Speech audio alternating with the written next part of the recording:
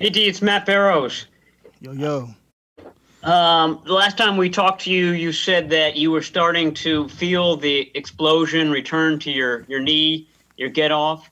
Was hoping that you could give us an update on how things feel and whether you plan on being a full participant when the 11-on-11 stuff gets going this weekend. Well, I'll definitely be a full participant all season. That's my goal. As far as how I feel, it feels really good right now. Just working in a football shape. Dr. Andrews did a great job this offseason cleaning me up, getting me right. I've been working even through these weird times. Been working all offseason, so now it's just about getting in football shape. So, but as far as 11-on-11, I plan on being in all of that all year. It's Josh Gibel from AP. So, as a defensive end, do you think there'd be a fairness issue if you guys were not allowed to have fans at your home games and some teams were allowed to have fans? Repeat the question. Do you think there would be a fairness issue if some teams were allowed to have fans at their home games and other teams weren't? Uh, I think so. I think the fans definitely give you an advantage, especially on defense and just for your team. That spirit. I would rather see it one way, just because that does. I feel like we'll be lying to ourselves if we say it doesn't play a role in the game. So, but me personally, it really don't matter. We're gonna roll out and play either way. Hey D, obviously last year not the year you wanted to have just because of the knee issues. Now that that's cleaned up, how big a year is this for you in your mind in terms of just kind of reestablishing yourself? Every year is a big year for me because we can't play this game forever. So I'm really trying to leave my legacy. So every year is a big year for me. I treat every day like a new opportunity to get better. 1% better for all of us is really good. So we always fighting for that 1% of your full potential, and we all trying to reach our full potentials every day. So that's my approach every day that I step on the field. I want to get better. D, this is Chris Biederman from the Sacramento Bee. You prepared for George Kittle when you were a member of the Chiefs early in the 2018 season. Do you have any memories of the battles you guys had along the line of scrimmage and him blocking you in that game? And could you describe maybe what he's like to go against in practice? I know those reps have been limited, but if you have. I do remember that. I remember that game. Me, him, and Joe talked a lot when I was in my last year in Kansas City, in between the plays. So it was a very fun game. Kittle is Kittle, man. He's a beast, and of course we planned for him, and he still worked us, and it was fun. Great competition. As far as practice, Kittle is Kittle. He's gonna make plays. He's gonna block. He's best blocking tight end, best catching tight end, best tight end in the league. So it's always good competition going against him, and I'm proud of him. And he really deserves every penny. Hey, D, this is David Lombardi. Just a couple hours ago, Kyle Shanahan described your team's mentality right now. He said that you guys were obsessed with details and obsessed with getting back to the Super Bowl, and he really emphasized the word obsessed.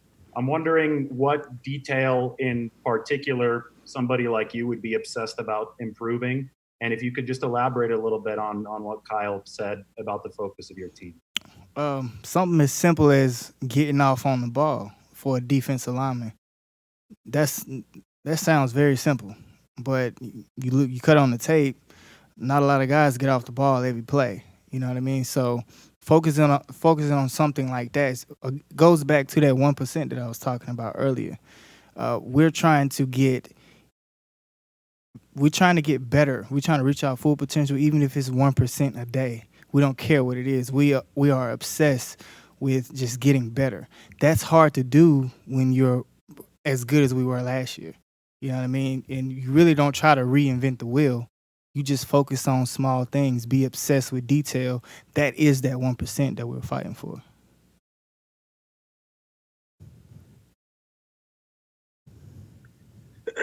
Yeah, D. I'm just curious as to whether, considering you had the knee issue in the preseason and then you had the hamstring, Did the 49er fans did they ever see the real D Ford last year at any point?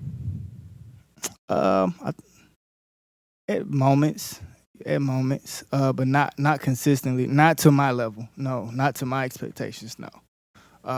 At times, and I did what I could while I could. I did not want to miss that season and leave my team hanging.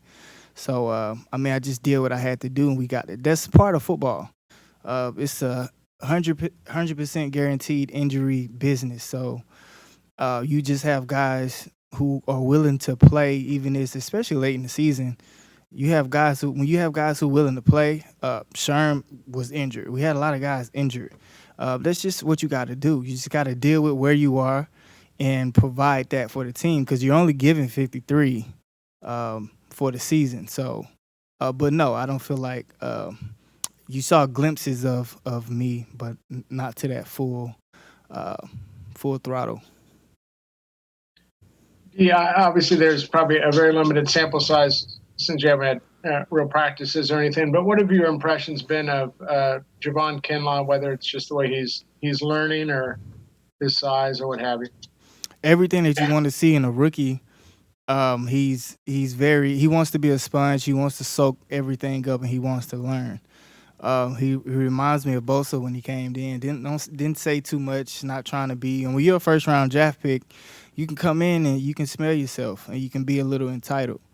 That's not him. That's not his DNA. He fits in well with the guys. So when you come here, John and Kyle, they get specific players. So 9 times out of 10, if they got him, they brought him here. They know what type of character they have, and so far he's been everything as promised, and he's gonna get better. He's gonna get better. He's behind the 8 ball. Every rookie is because of the virus and all that. And you can't get OTAs. OTAs was crucial for me, especially with learning a new position my rookie year. So I can only imagine, where his mind is right now. But he's handling it very well. So he's gonna be really good. Hey, D, it's Jennifer. Kind of in that same grain, how hard is it to have that transition from college to the NFL? And then for you, coming back after this kind of different offseason, what is that transition for all of you to build your chemistry? As far as me coming back from offseason, for this D line, each year we have to understand that this is a new year. This is a new team, and it's gonna take, if not more, it's gonna take a lot for us to be better than we were last year, or even to match that last year. So we all understand that this is a new year. Whatever you did last year really don't matter. And so we have a clean slate. We're working just like our backs were against the wall last year. And so we all have that understanding, and we bring that to work every day. And can you repeat the first question for me? Can you repeat your first question? Yeah, sorry, I had to be unmuted. Just for Javon, with that transition, how hard is that going to be for him with this extended offseason, not getting that, OTAs and rookie minicamp? It's going to be a challenge, but honestly, this defense is simple. It's going to be a challenge as far as trying to apply it to different offenses in different games, but this defense is simple. They're not gonna give him too much. They, as in Coach Chris and Saleh, they're not gonna put too much on his plate. So they're gonna simplify, and they're gonna bring him along, and he's gonna be able to do what he do best. And he can rush the passer, and he's a big dude, so he can plug up some gaps and make plays in the run game. They're gonna give him chances and opportunities to do what he do best. They're not going to overload him too much mentally. So I don't worry about him. Hey, D, Kyle Posey, Niners Nation. You said you want to be a full participant all season. So what's a successful season look like for D Ford? Is it 15 sacks? Is it just playing a full season? What is that for you? A successful season for me is me every play being the best that I can be every play and being available every play. That's a successful season. The numbers will always take care of itself because we all know what type of player that I am. Every player knows what type of player they are, but it's just about showing up every play, every down, every game. That's my goal. I know if I'm out on that field, I know what happens when I'm out on the field. But if I'm not on the field, it's null and void. D, we talked to Nick Bosa last week, and he kind of ran down a list of things that he'd like to be better at. I'm just curious, from your perspective, what ways can he be better? What kind of expectations do you have for Nick Bosa in year two?